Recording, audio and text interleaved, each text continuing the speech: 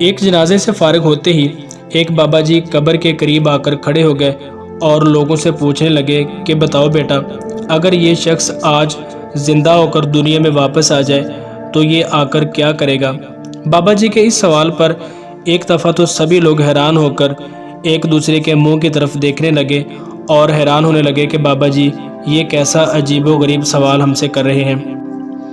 بابا جی نے سب کی طرف دیکھا اور پھر مسکرا کر بولے کہ بیٹا، میں انسان ہی ہوں، کیا تم میرے سوال کا جواب دینا پسند کرو گے؟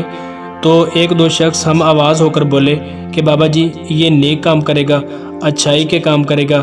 اور اتنے میں پیچھے سے مزید آوازیں گونجنے لگیں۔ جیسے عموماً ہوتا ہے کہ ایک آدمی بولا تو سب اپنی اپنی رائے دینا شروع کر دیتے ہیں۔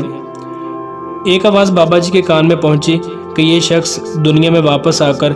دین کا کام شروع کر دے گا، اور ایک اور آواز آئی کہ یہ قرآن و سنت کو پکڑ لے گا۔ اب یہ سلسلہ چل ہی رہا تھا کہ بابا جی کہنے لگے کہ بیٹا، ساری باتوں کا خلاصہ ایک ہی ہے کہ یہ اللہ تعالیٰ کی نافرمانی سے دور ہو جائے گا، اللہ تعالیٰ اور اس کے رسول کا فرما بردار بن جائے گا، اور کبھی بھی ایسا کام نہیں کرے گا جس سے اللہ اور اس کا رسول ناراض ہو۔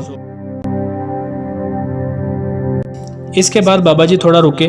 اور پھر بولے کہ لیکن پتر، بات یہ ہے کہ یہ شخص کبھی واپس نہیں آئے گا، یہ جہاں ایک طرف چلا گیا یہاں سے کبھی کوئی دوبارہ واپس نہیں آیا، لیکن ہاں تم لوگ یہاں ضرور جاؤ گے،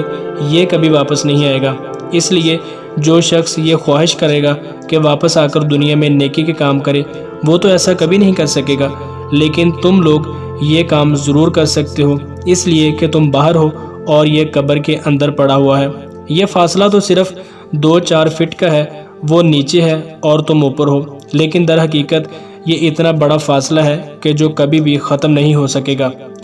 یہ کہہ کر بابا جی نے سلام کیا اور چلتے بنے، لیکن پیچھے کھڑے ہر شخص پر ایک ایسی کپ کپی طاری ہوئی، ایک ایسی کیفیت ہوئی کہ ہر شخص کی زبان پر استغفار جاری تھا اور ہر شخص کی آنکھ نم تھی۔ دوستو، کاش ہمیں بھی کسی جنازے سے عبرت حاصل ہو اور ہم فکر آخرت میں گناہوں سے توبہ کر کے نیک اعمال کرنے شروع کر دیں، لوگوں کو دین کی طرف راغب کریں، برائی سے روکیں، اور جس قدر ہم کر سکتے ہیں اس قدر دین کا کام ضرور کریں۔ اللہ تعالی ہمارا حامی و ناصر ہو۔